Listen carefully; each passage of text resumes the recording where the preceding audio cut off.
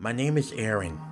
I've always been a bit of a bookworm, preferring the company of my novels to the bustling nightlife outside. After graduating with a degree in computer programming and cybersecurity, I landed a great job at a tech firm. The job paid well enough to afford a fancy townhouse duplex, a place that was quite frankly a little out of my league. Since graduating, I gained a little bit of weight from all the sitting at my job. Also, my social life had dwindled to almost nothing. I quickly settled into my routine, savoring the quiet evenings with my books. For a while, the townhouse next to mine was empty, and I enjoyed the solitude. But within a week, a new neighbor moved in. That's when I met Bethany for the first time. Now, how to describe Bethany? Well, she was completely opposite from me. She was socially outgoing, loved talking to a bunch of people, plus she was confident and physically fit.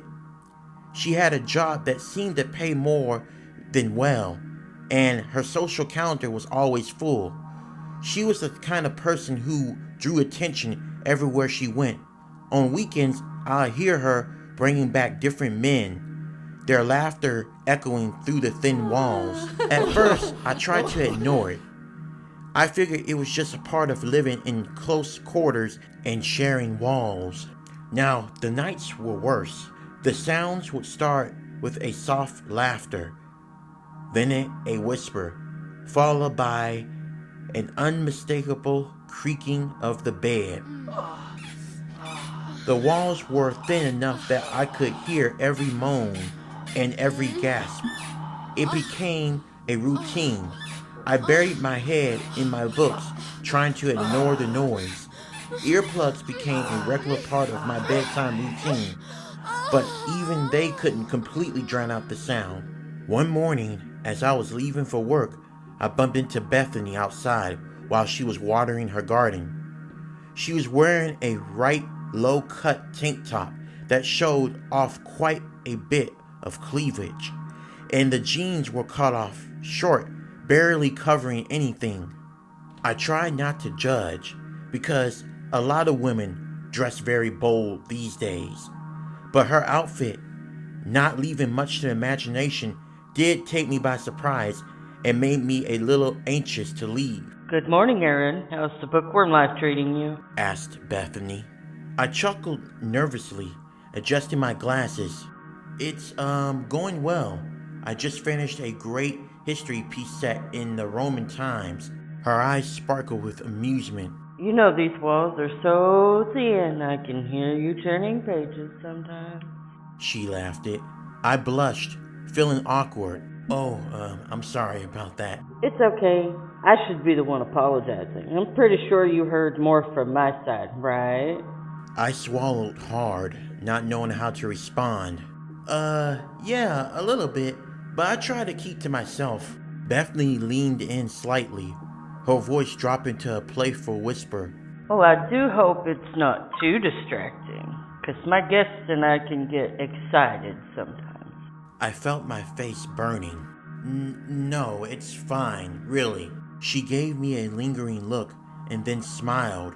Well, have a good day, Aaron. Maybe one day you can join in the fun instead of just listening. I stammered, trying to find the right word. Maybe. See you later, I said, and I hurried into my car.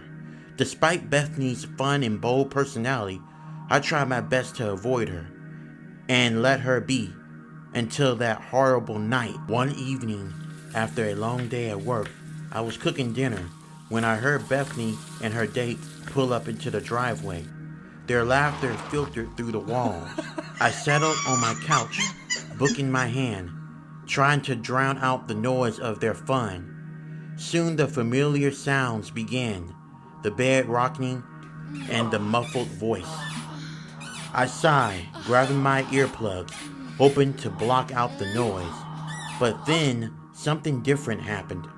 I heard her date starting to yell. It wasn't the usual sound of pleasure. This was different. He was yelling in fear.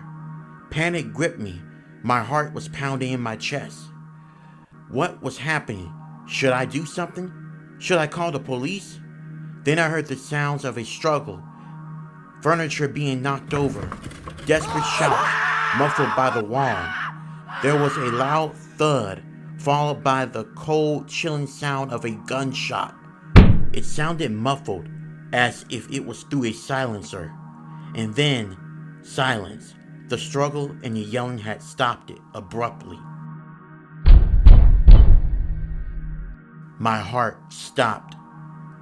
I was frozen. Listening intensely, I heard Bethany's voice. Her voice felt calm, but at the same time, it felt really aggressive.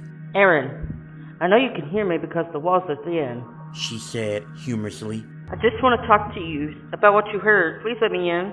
My mind raced. What should I do? I carefully walked it to the door, pressing my ear against it. Just when I was about to reach for the locks on the door, Bethany knocked again, her voice becoming more urgent. Aaron, just let me in. Let me in, Aaron. My heart pounded as I stood there frozen. Her tone shift, becoming softer, almost confessional. Aaron, you know I've always thought of you. I secretly had a crush on you. Please let me in. Let's talk about this. I felt paralyzed by fear, my hand hovering over the doorknob. The minutes stretched on, feeling like hours. She suddenly started to bang on the door. The force of the banging made me jump back. Aaron, let me in. She said aggressively. I know you're there, Aaron. Let me in. Then, in a sensational voice, she said, Let me in, or I'll huff and I'll puff and I'll blow your mind. I couldn't move. My breath felt shallow and rapid. I couldn't stop thinking about the muffled gunshot I heard moments ago. I slumped against the door, my heart still racing. I never opened the door that night. I couldn't. The next morning, I cautiously stepped outside. Bethany was gone. Her car was gone. And I don't know what happened to her or her date.